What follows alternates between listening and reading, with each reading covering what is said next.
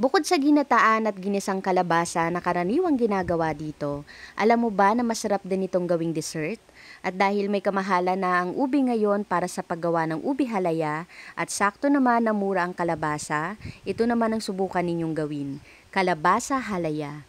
Promise, ang sarap nito, ang creamy at hindi nakakaumay. Gusto mo rin ba? Tara, luto tayo. Sa recipe na ito ay kakailanganin natin ng kalabasa at bumili lang ako ng 1 kilo. Yung 1 kilo na yan, marami na po tayong magagawa, mga 3 lianera. Hugasan natin ito, balatan at tanggalin yung buto sa gitna, then hihiwain natin ito ng maliliit na manipis. Mas manipis na hiwa, mas maganda para mabilis natin itong mapalambutan.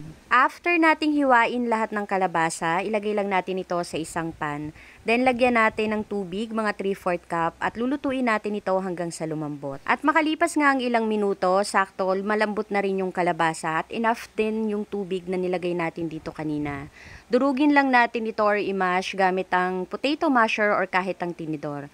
After nyan, ilagay natin dito yung 1/2 ng butter. Haluin natin ito ng mabuti, then ilagay na natin dito yung 200 ml ng coconut milk, 3/4 cup ng powdered milk at 3/4 cup ng white sugar. At pag nailagay na natin dito lahat ng mga ingredients na kakailanganin, isa lang na uli natin ito sa kalan.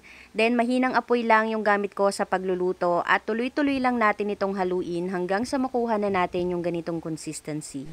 And shoutout po pala kay Ma'am Emma Anderson, Ma'am Rosemary Sagaran, and Ma'am Nelly Manicure from Batangas City. And after ko nga maluto yung ating kalabasa halaya, sinaling ko lang dito sa mga lianera. Ayusin lang natin yung ibabaw para magandang tignan at para mas lalo itong maging masarap, lagyan natin ito ng maraming cheese. Mas maraming cheese, mas masarap. At kung nagustuhan po ninyo yung ating recipe ngayon, please pakishare po ng ating video. At pakicomment na rin po kung taga saan kayo para kayo naman po ang may shoutout ko sa susunod kong video. And ready to serve na ang ating napakasarap na kalabasa halaya. Gusto mo rin ba? Tara, kain tayo.